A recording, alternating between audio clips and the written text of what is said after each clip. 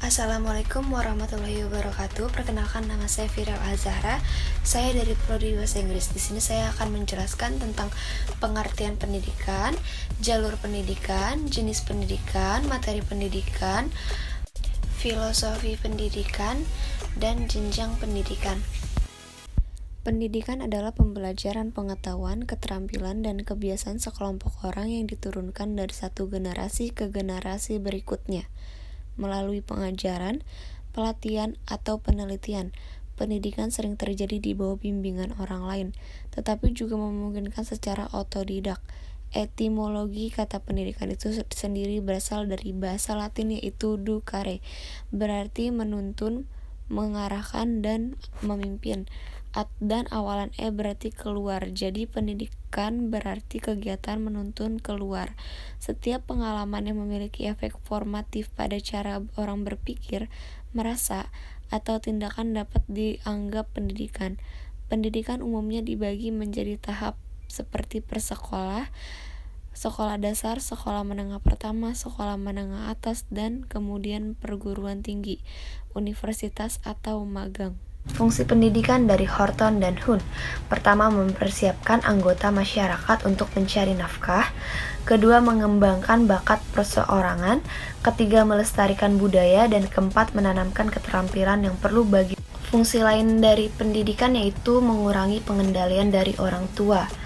Lewat sekolah, orang tua melimpahkan tugas dan wewenangnya kepada sekolah. Yang kedua, menyediakan sarana untuk pembengkangan. Sekolah memiliki potensi untuk menanamkan nilai pembengkangan di masyarakat. Yang ketiga, mempertahankan sistem kelas sosial. Dan yang terakhir, memperpanjang masa remaja. Pendidikan sekolah dapat pula memperlambat masa dewasa seseorang karena siswa masih tergantung secara ekonomi. Di Indonesia, jenis pendidikan itu dibagi menjadi 3. Yang pertama ada formal, yang kedua informal, dan yang ketiga non-formal. Pendidikan formal yaitu pendidikan yang terstruktur dan berjenjang yang terdiri atas pendidikan usia dini, pendidikan menengah, dan pendidikan tinggi. Pendidikan formal terdiri dari pendidikan formal berstatus negeri dan swasta.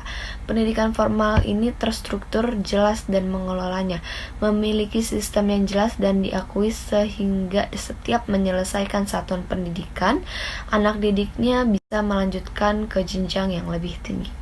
Pendidikan non-formal adalah pendidikan di luar pendidikan formal yang dapat dilaksanakan secara terstruktur dan berjenjang.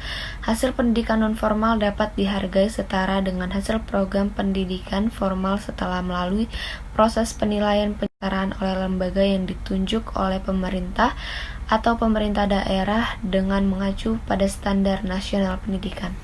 Pendidikan informal adalah pendidikan keluarga dan lingkungan yang berbentuk kegiatan belajar secara mandiri.